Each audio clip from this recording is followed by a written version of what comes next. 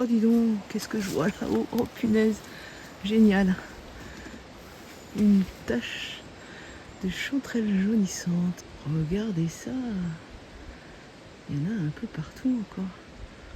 Génial. Oh, c'est trop bien. Allez, on va voir ça de près. Et je vais vous montrer donc la différence avec la chanterelle en tube. Voilà, c'est des cousines, hein. Leur nom l'indique, mais il y a une petite différence. Voyons. On va en prélever une déjà. Et elles sont jolies, hein. Hop. Donc, vous voyez, au niveau du chapeau, c'est assez similaire. C'est ombiliqué. Il y a un trou. Voilà. Je pense que là, on ne voit pas trop mal. Ok. Le pied est, en revanche, beaucoup plus jaune. Mais lui, il ne veut pas me faire la mise au point. Ça y est. Regardez comme c'est jaune. Et les plis sont différents. Ils sont moins marqués. Beaucoup moins marqués. Voilà.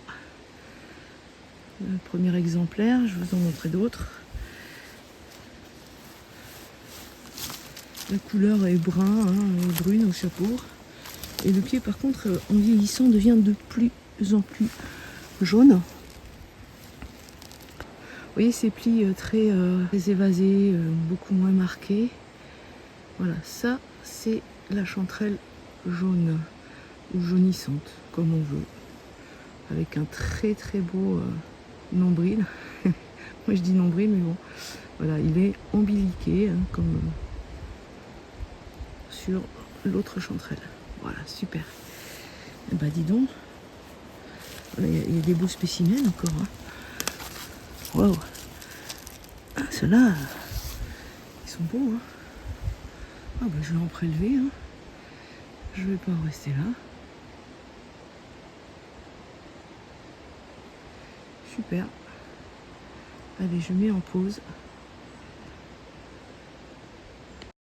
Alors vous voyez la différence entre le tube de la chanterelle jaune ou jaunissante qui est à ma droite, dans ma main, et la chanterelle en tube qui est à gauche, hein, il y a un double exemplaire, parce que j'avais un peu coupé le pied d'une. Donc on voit vraiment que les plis de la chanterelle jaune sont beaucoup plus évasés, moins marqués.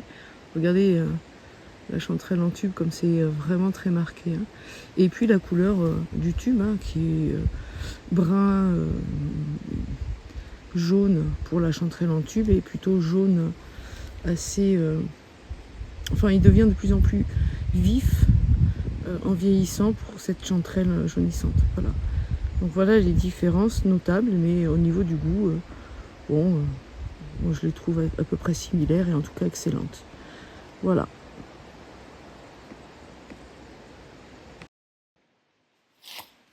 Voilà quelques beaux spécimens avec un pied vraiment bien jaune.